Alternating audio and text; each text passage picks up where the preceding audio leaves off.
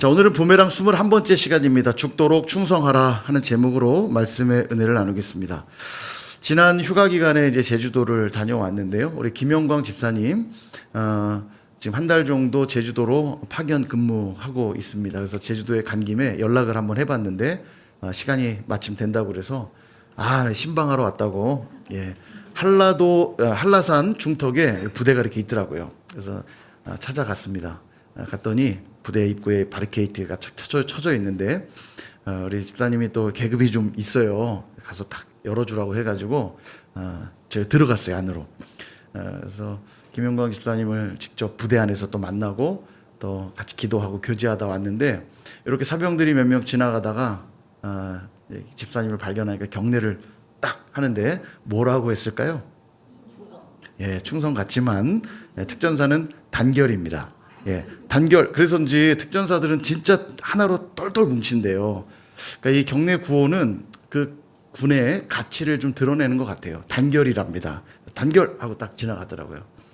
그래서 하나됨이 되게 중요한 것 같아요, 특전사는. 그리고 뭐 해군, 해병대, 공군 이런 데는 이제 다 필승, 필승이고, 저도 이제 공군 출신인데 저희는 필승이라고 경례를 했는데, 육군은 뭐 기본적으로 이제 충성입니다. 육군이 제일 많으니까 대부분의 군인들이 경례할 때는 아마 충성이라고 경례하는 걸 아마 많이 들으셨을 거란 생각이 들어요. 당연할 거란 생각이 드는 게, 군대에서 가장 중요한 요소를 하나 뽑으라고 하면 당연히 충성일 겁니다. 군이 명령에 복종하지 않으면 군대가 아니겠죠. 충성이 가장 중요한 요소인데, 충성이 어떤 뜻인지 국어사전에 보니까 뜻이 이렇습니다. 진정에서 우러나오는 정성, 진정, 정성 이런 단어들이 등장하다 보니까 한국인들에게 충성이란 말은 좀 더 감정적 영역으로 다가오는 것 같아요. 진정, 정성, 그죠? 그러니까 뭔가 가슴이 막 뜨겁고 막 열정적인 게 충성의 이미지와 이렇게 닿아 있는 것 같습니다. 물론 맞죠. 충성하면 이런 형태들이 나타나는 것이 맞지만, 만약 충성하는 대상이 잘못되어 있다고 한다면 열심히 하고 목숨을 바치면 바칠수록 이는 충성이 아니라 더 큰 반역이 될 수도 있습니다. 국가 원수에게 충성을 하긴 해야 되는데, 그 국가 원수가 우리나라가 아니라 다른 나라라고 한다면 문제가 되겠죠. 북한의 김정은이나 미국의 트럼프 대통령에게 충성한다고 하면 문제가 되겠죠. 전쟁 중에 있는 군인들에게 전진 앞으로 했는데 그 전진이 적군이 아니라 아군을 향해 있다면 열심히 하면 한 만큼 아주 잔혹한 반역이 되고 말 겁니다. 그래서 충성은 늘 내 편에서 확인되는 태도가 아니라 상대편에서만 확증되는 태도라는 게 중요한 특징입니다. 오늘 등장하는 이 충성이라는 헬라어 단어는 피스토스라는 단어입니다. 아주 중요한 단어인데, 그 뜻이 뭐냐? 신실함입니다. 신실. 좀 더 정확히 풀어드리면 신실함이 발견되는 것, 이게 피스토스예요. 그러니까 상대방 입장에서 와, 너는 참 믿을만 하구나, 너는 참 신실하구나 라고 말해야만 피스토스가 형성된다는 거예요. 그러니까 내가 얼마나 열심히 하느냐가 핵심이 아니고, 상대방이 당신은 정말 믿을 만한 사람이야 라고 할 때 그 사람의 태도가 피스토스가 되는 겁니다. 성경에 보니까 하나님께도 인정받고 사람들에게도 인정받은 대표적인 한 사람을 뽑으라고 하면 모세를 뽑을 수 있는데요. 구약 성경에서는 하나님이 모세에 대해 이렇게 평가하십니다. 민수기 12장 7절, 그는 내 온 집에 충성함이라. 아멘. 하나님이 모세를 그렇게 말씀하세요. 내 온 집에, 하나님 나라에 가장 충성된 사람이다, 이렇게요. 신약에서도 모세를 뭐라고 평가하냐면 히브리서 3장 2절, 그는 자기를 세우신 이에게 신실하시기를, 여기 이 신실이라는 단어가 피스토스입니다. 피스토스 하시기를 모세가 하나님의 온 집에서 한 것과 같이 하셨으니. 아멘. 이게 무슨 뜻이냐면 예수님에 대해 설명하고 있는 대목이거든요. 예수님은 하나님의 뜻에 피스토스 하셨대요. 예수님은 하나님의 뜻에 신실하셨는데, 그 신실함은 누구와 닮았냐면 모세가 하나님의 온 집에 충성한 것과 닮아있다, 이렇게 말하는 거예요. 그러니까 모세의 충성이 예수님의 충성과 견줄 만한 것이니까 모세가 얼마나 대단한 겁니까? 그죠? 실제 모세의 삶을 들여다보면 이스라엘 백성들을 인도에 갔던 그 40년 동안 가라 하면 가고 멈추라면 멈추고 얼마나 열심히 주님께 순종했는지 몰라요. 심지어는 하나님 마음을 얼마나 잘 알았냐면 이스라엘 백성들이 금송아지를 만들어 놓고 우상 숭배를 합니다. 하나님과의 언약을 그렇게 깨뜨려 버렸더니 하나님이 대노하시죠. 이 백성들을 내가 다 진멸하겠다. 그리고 내가 모세 너를 데리고 새로운 백성들을 이루겠다. 그런 말씀을 하세요. 그랬더니 모세가 안 됩니다, 하나님. 애굽에서부터 당신의 백성들을 이끌어내어 광야에서 다 자기 백성들을 죽였다는 소리를 들으시면 안 되지 않습니까? 하나님 이 백성들을 제발 용서해 주시면 안 됩니까? 용서해 주실 수 없다면 차라리 내 이름을 생명책에서 차라리 지워주십시오. 정말 목숨 걸고 하나님께 간청하는 거죠. 하나님이 그의 중보를 들으시고 백성들을 용서해 주세요. 하나님 마음을 잘 알았던 거죠. 진멸하고 싶었던 게 주님의 마음이 아니고 그들이 다시 돌이키어 하나님께 돌아오기를 기대했던 게 하나님 마음 아닙니까? 모세가 그 마음을 알았어요. 오죽하면 내 이름이 생명책에 지워질지라도 이 백성들을 용서해 주십시오. 주님이 너무너무 기뻐하셨죠. 그래서 여러분 피스토스, 이 충성이라는 건 내가 얼마나 열심히 하느냐가 핵심이 아니고 상대방, 특별히 그 주인의 마음을 얼마나 잘 알고 그 뜻에 신실하게 반응하느냐, 이게 핵심이라는 겁니다. 충성하며 빼놓을 수 없는 또 한 사람이 있는데 바로 갈렙입니다. 바란 광야에서 12명의 정탐꾼을 세워서 가나안 땅으로 정탐을 보냅니다. 40일간 열심히 정탐을 하고 돌아와서 보고를 해요. 정말 이 땅은 젖과 꿀이 흐르는 너무너무 좋은 땅입니다. 보고를 합니다. 그리고 보고를 하나 더 하는데, 그런데 그 땅에는 아낙 자손들이 있어서, 거인들이죠. 거인인 아낙 자손들이 있어서 너무너무 강합니다. 라는 보고를 드려요. 당연하겠죠. 그들은 철기 문화를 가지고 있었고 거대한 거인들이 살고 있었으니 얼마나 강했겠습니까? 정확한 보고입니다. 보고는 틀린 게 없어요. 근데 그 다음에 한마디를 덧붙이는데 이게 문제입니다. 뭐라고 하냐면 그들 앞에 우리는 메뚜기와 같아서 그 백성을 능히 치지 못할 것입니다. 라고 하는 평가를 덧붙여요. 이 보고를 들은 백성들이 막 원망합니다. 우리를 광야까지 데려와서 죽게 만드는구나. 막 원망하게 되고 하나님이 이 모습을 본 그들에게 너희들은 가나안 땅을 밟지 못할 것이다. 광야에서 전부 죽게 되죠. 여러분 여기서 뭐가 문제일까요? 그들의 보고가 문제였을까요? 보면 그들의 보고는 정확했어요. 틀리지 않았습니다. 문제는 마지막에 했던 이 평가예요. 그 땅을 우리는 정복할 수 없습니다. 여러분 하나님은 분명 그 땅을 주신다고 했거든요. 내가 주겠다고 하셨어요. 그게 하나님의 마음인데 이들의 보고는 뭐가 빠져 있었던 거냐면 피스토스가 빠져 있던 겁니다. 주인의 마음은 이 땅을 내가 줄 거라고 했는데 그 보고자들의 마음엔 우리는 그 땅을 정복할 수 없습니다라고 보고하잖아요. 그들의 보고에 빠졌던 게 바로 이 피스토스가 없었던 거예요. 여러분 이 충성이 얼마나 중요한지 아시겠죠? 충성이 빠지니까 그들을 하나님 나라에 들이시지 않았어요. 주님의 마음을 헤아리지 않으니까, 그 마음에 신실하게 반응하지 않으니까 하나님은 그들을 들이시지 않았던 겁니다. 근데 그때에도 이 피스토스가 분명했던 두 사람이 있었습니다. 바로 여호수아랑 갈렙이죠. 그들은 우리의 먹이라. 반드시 능히 우리가 그들을 이길 수 있을 것이다. 하나님의 마음을 헤아리고 정확한 고백을 드리죠. 그랬던 갈렙에게 이런 말씀을 주십니다. 민수기 14장 24절.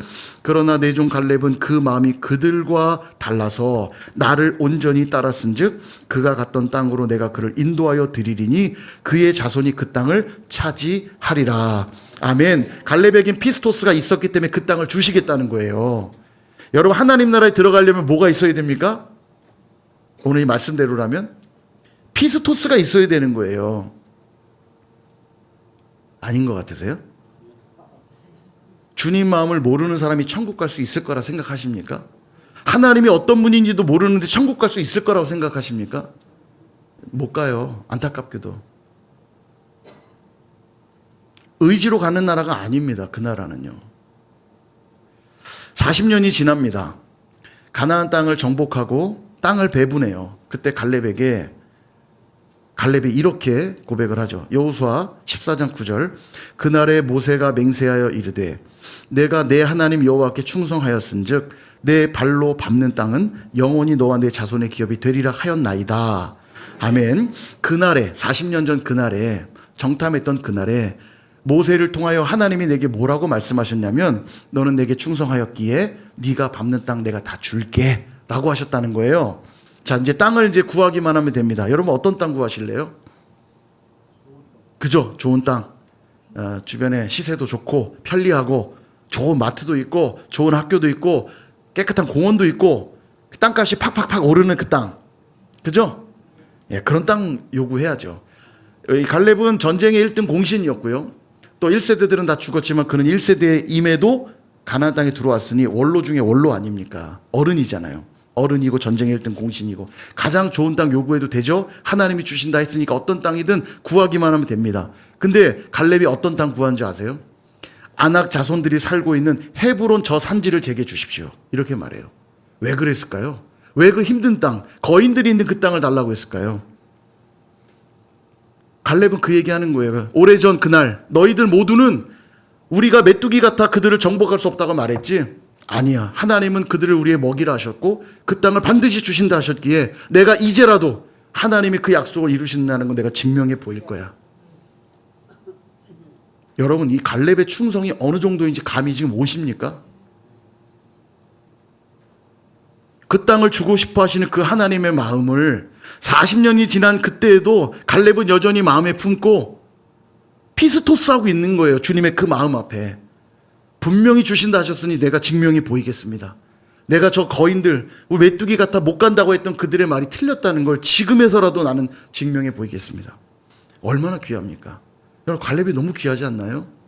시간이 지나서 변질되고 퇴색되는 게 아니라 더 뜨거운 마음으로 충성하고 있어요. 선일교회가 40주년 됐습니다. 갈렙이 40년이 지나 그 믿음이 더 커지고 더 분명해지고 더 충성하고 있는 것처럼 우리 선일교회는 40년이 지난 지금 교회가 처음 시작됐던 그 마음 그대로 더 뜨겁게 주님을 섬기며 사명 감당하고 있습니까? 우리 돌아봐야 돼요. 주님의 마음을 모르고 있다면 열심히 중요한 게 아니라니까요. 뭔가를 열심히 하고 있다고 충성이 아닙니다. 주님의 마음을 얼마나 알고 있고 그 마음에 반응하고 있느냐. 이게 충성의 핵심이에요. 그래서 여호수아 14장 14절 세 번역으로 제가 번역을 놓았는데 거기엔 이렇게 말합니다. 같이 한번 읽어볼까요? 시작. 그래서 헤브론은 그니스 사람 여분네 아들 그것은 그가 주 이스라엘의 하나님을 충성스럽게 따랐기 때문이다. 아멘. 그 땅을 주셨대요. 왜요? 충성스럽게 따랐기 때문이다. 아멘. 하나님 나라 누가 간다고요? 충성하는 자가 가는 겁니다. 이 말을 절대 오해하시면 안 된다고 그랬어요. 뭔가 열심히 하라는 뜻이 아니에요. 열심히라는 게 나타날 수 있죠. 예, 충성의 결과로 열심히 나타날 수 있지만 핵심은 그냥 열심히 하는 게 핵심이 아니에요. 주님의 마음을 아는 것입니다. 그리고 그 주님의 마음에 신실하게 반응할 때 그들에게 하나님은 하나님의 나라를 허락해 주시는 거예요. 그러니까 이 땅을 살면서도 우리는 하나님의 나라를 누릴 수 있습니까? 없습니까? 있죠. 하나님이 여전히 우리 가운데 주시는 그 마음에 합당하게 반응하면 우리가 살아가는 그곳이 하나님의 나라로 경험되는 거예요. 우리 주변에 종종 열심히는 하는데 핀트를 못 맞춰서 문제만 일으키는 사람들이 종종 있습니다. 이는 충성을 오해해서 생기는 문제예요. 충성은 다시 강조드리지만 내 열심이 포인트가 아닙니다. 충성은 받는 상대가 무엇을 원하는가, 이게 포인트고 상대의 마음을 잘 헤아려야만 충성할 수가 있는 거예요. 가만히 있으면 좋겠다라고 생각한다면 어떻게 해야 돼요? 가만히 있는 게 충성하는 겁니다. 맞죠? 근데 내 생각에 가만히 있는 건 뭔가 이건 충성이 아닌 것 같아. 난 뭐라도 할 거야. 막 헤집어 놓으면, 가만히 좀 있으면 좋겠는데 막 헤집어 놓으면 이건 충성이 아니라고요. 그렇죠? 마음을 살피는 게 너무 중요해요. 모세도 그렇겠고요. 갈렙도 그렇겠고요. 하나님이 원하시는 일을 신실하게 감당하고 충성했을 때 칭찬하신 겁니다. 모세와 갈렙 외에도 우리가 정말 닮아야 될 충성의 모델이 있습니다. 바로 예수님이신데 히브리서 3장 1절에서 3절은 이렇게 말씀합니다. 그러므로 함께 하늘의 부르심을 받은 거룩한 형제들아, 우리가 믿는 도리의 사도이시며 대제사장이신 예수를 깊이 생각하라. 그는 자기를 세우신 이에게 하나님 앞에 신실하시기를, 피스토스 하시기를 모세가 한 것 같이 하였고, 3절, 그는 모세보다 더욱 영광을 받을 만한 것이 마치 집 지은 자가 그 집보다 더욱 존귀함 같으니라. 아멘. 여러분, 예수님의 신실함은 어떤 신실함입니까? 하나님이 이 땅의 모든 죄인들의 죄를 담당하시기 위해서 이 땅에 가라라고 하셨을 때 하늘 보좌 영광을 버리고 이 땅에 오셨죠. 십자가에서 대속의 죽음을 말씀하셨을 때 주님은 이 저주의 십자가를 친히 담당하셨습니다. 하나님 마음에 합하게 이 모든 걸 이행하셨어요. 그리고 그 모습을 뭐라고 성경은 얘기하고 있습니까? 피스토스 하셨다고 말하고 있는 거예요.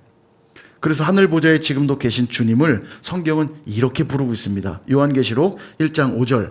또 충성된 증인으로 죽은 자들 가운데에서 먼저 나시고 땅의 임금들의 머리가 되신 예수 그리스도로 말미암아.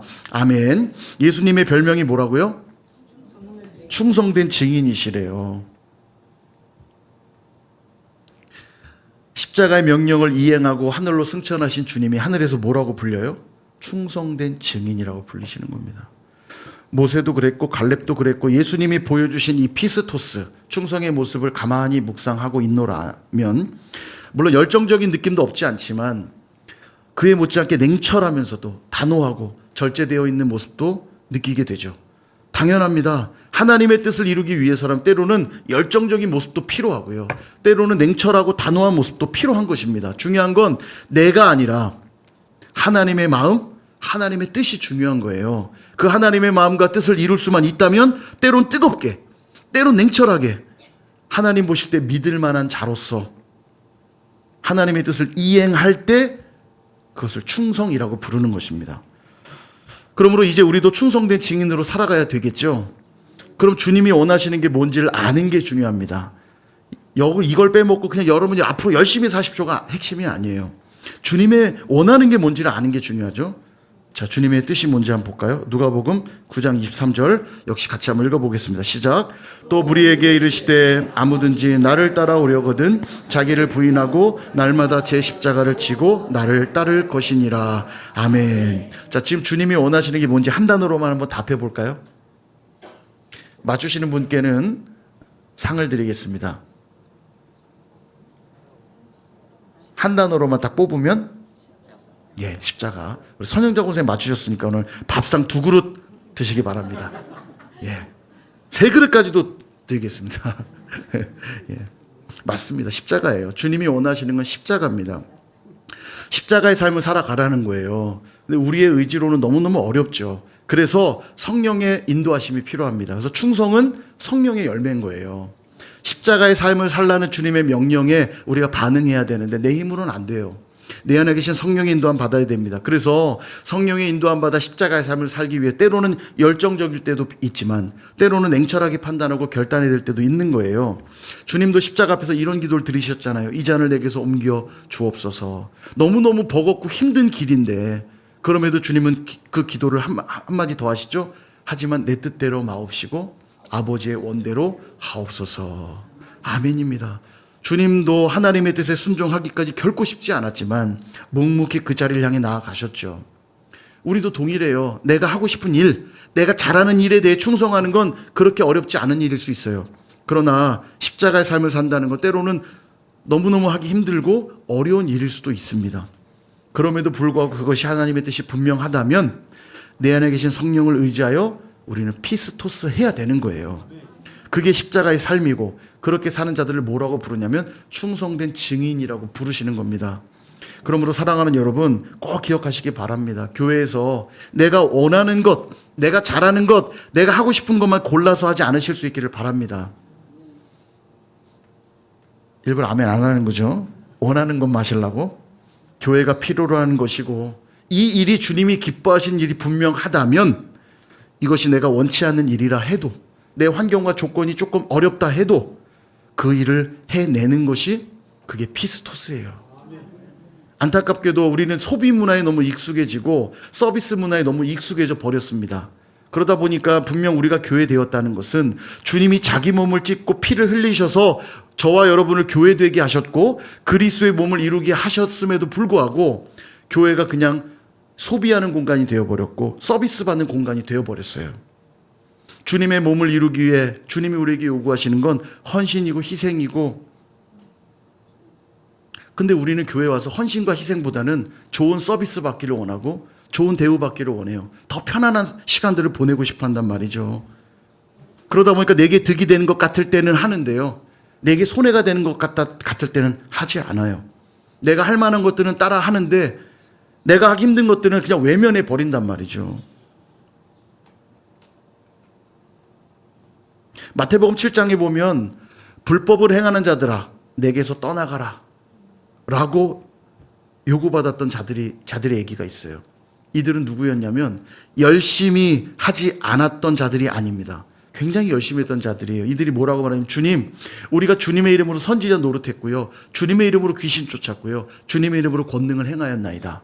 주님의 이름으로 했대요. 열심히 뭔가 했다는 겁니다. 그런데 주님께 돌아온 답은 이거였어요. 내가 너를 도무지 알지 못하니 불법을 행한 자들아 내게서 떠나가라. 왜 그랬을까요? 아버지의 뜻대로 행하지 않았기 때문이라고 성경은 기록하고 있어요. 하나님의 뜻과 무관한 열심, 그것이 설령 주님의 이름으로 했더라도 아버지의 뜻과 무관한 열심이라면 마지막 들을 내용은 이거예요. 내가 너희를 도무지 알지 못하니 불법을 행한 자들아 내게 떠나가라. 피스토스는 다시 한번 강조하지만 나에게서 확인되는 성품이 아닙니다. 받으시는 쪽에서 확인해 주셔야만 되는 성품이에요.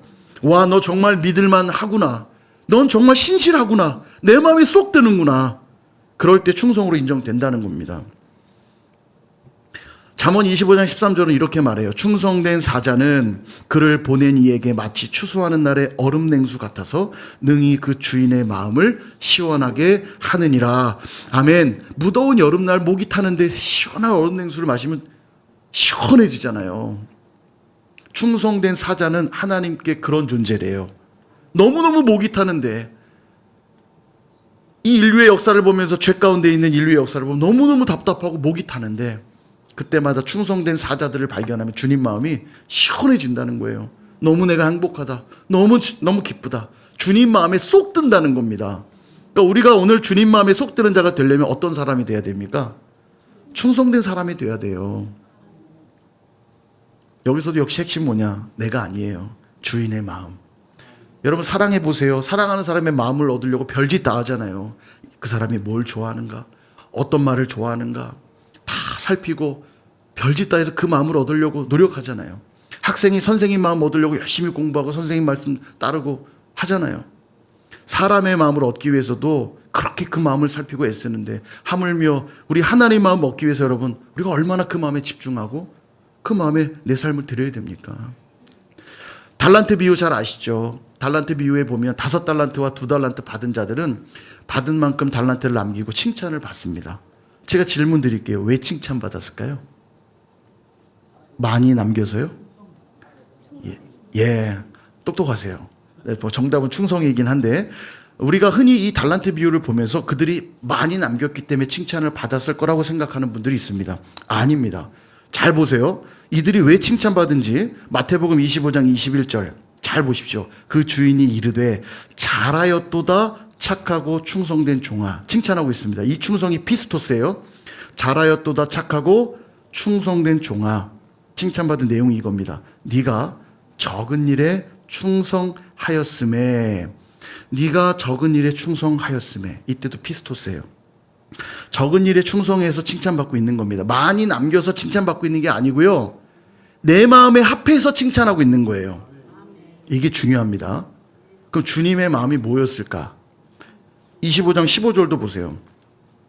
각각 그 재능대로 한 사람에게는 5달란트, 한 사람에게 2달란트, 한 사람에게는 1달란트를 주고 떠났더니 달란트를 준 이유가 뭡니까?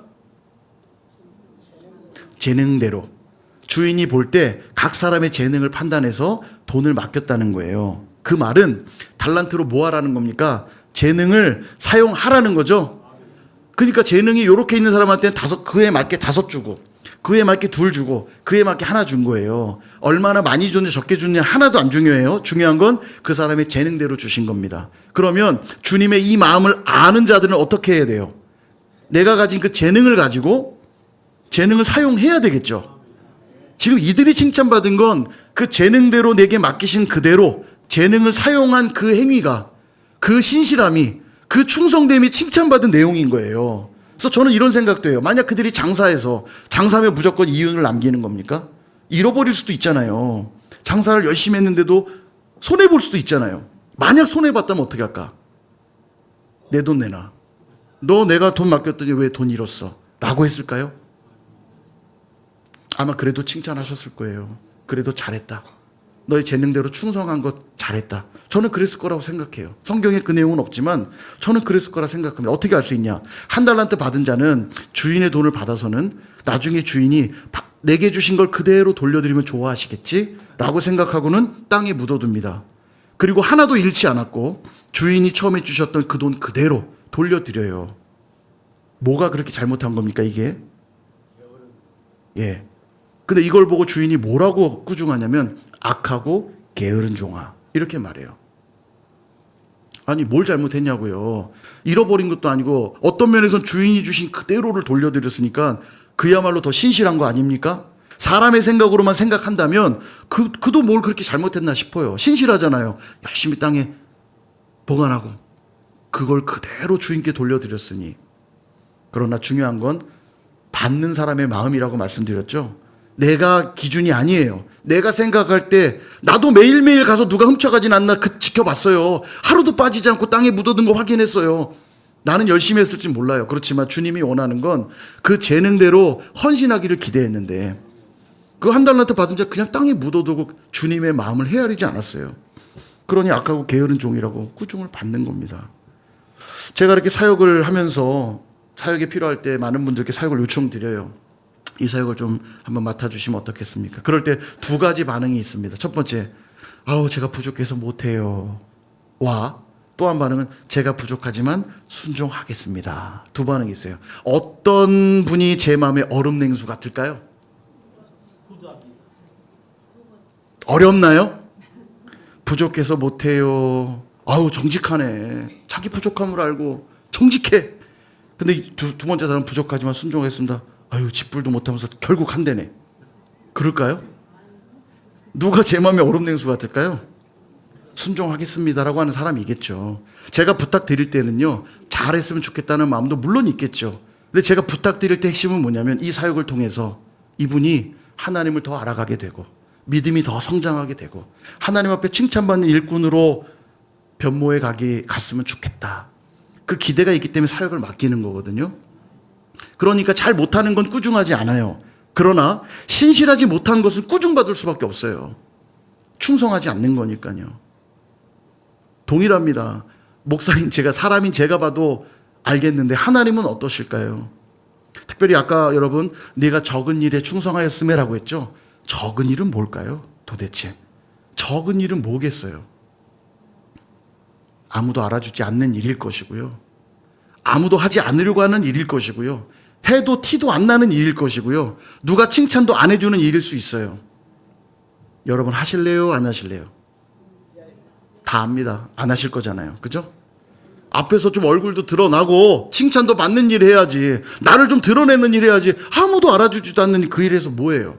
알아주지도 않는데.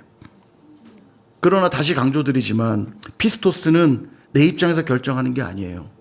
주님의 마음이 내게 그것을 요구하시고 주님이 그걸 기뻐하시는 일이라면 비록 아무도 알아주지 않는 일이라 할지라도 아무도 하지 않으려고 하는 일이라 할지라도 해도 티도 안 나는 일이라고 할지라도 아무도 칭찬해주지 않는 일이라 할지라도 주님이 원하신다면 기꺼이 순종하는 것. 주님이 그들을 보고 뭐라고 부르신다고요? 충성된 자라고 잘하였도다 착하고 충성된 종아 칭찬해 주시고 그들에게 큰 복과 은혜를 베풀어 주실 줄로 믿습니다. 말씀을 정리합니다. 사랑하는 여러분, 먼저 주인의 마음을 읽으실 수 있기를 바랍니다. 이 일이 어떻게 가능할까요? 우리 안에 계신 성령의 도우심으로 날마다 하나님 말씀 앞에 서셔야 됩니다. 말씀 앞에 서지 않고 그분의 마음을 안다고 말하는 건 다 거짓말이에요. 성령께서는 진리의 영으로서 성경 말씀을 깨닫게 하시고 그 말씀을 통해 오늘도 하나님의 뜻이 무엇인지를 보여주시거든요.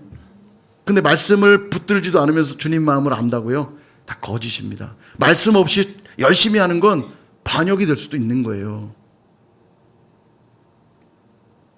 근데 여러분, 말씀에 순종하려고 할 때마다 통과하는 과정이 있으실 겁니다. 그게 뭐냐면 그게 십자가예요. 주님의 뜻대로 산다는 게 결코 쉽지 않을 겁니다. 주일날 매주 이 시간을 지켜 하나님 앞에 예배하는 것, 그거 쉬운 일 아닐 겁니다.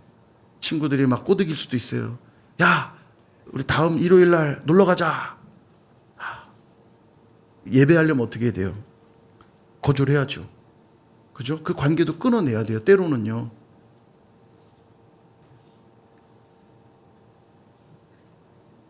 주님이 내게 맡기신 사역에 있어서 충성하려고 하는데 물질을 사용해야 돼요. 이 물질은 나에게도 필요한 물질이지만 주님 나라를 위해 쓸 때 손해가 발생할 수도 있어요. 주님의 뜻대로 산다는 게 결코 쉽지 않습니다. 그게 우리에겐 십자가의 삶일 수 있어요.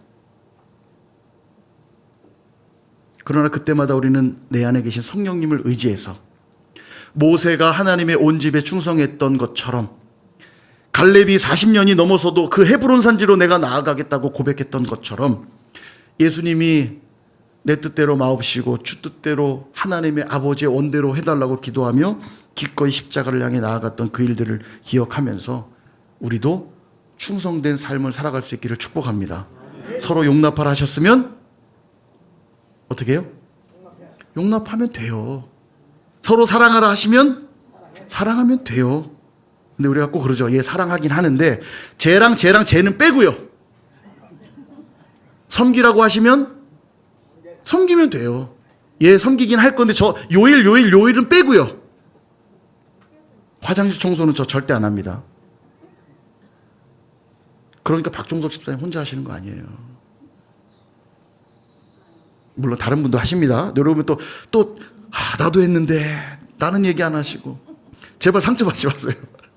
예. 나누라고 하시면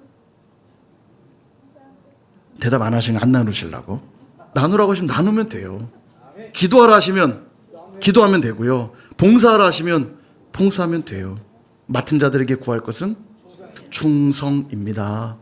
내게 오늘 무엇을 맡기셨습니까? 목사의 직을 맡기시고 장로로, 권사로, 안수집사로 나를 중직자로 부르셔서 몸된 교회를 섬기게 하셨고 교사로, 식당 봉사자로, 차량 봉사로, 대표 기도자로, 헌금위원으로, 안내위원으로, 세가족팀으로 여러 모양들로 우리에게 역할들을 맡기시고 우리에게 요구하시는 게 뭘까요?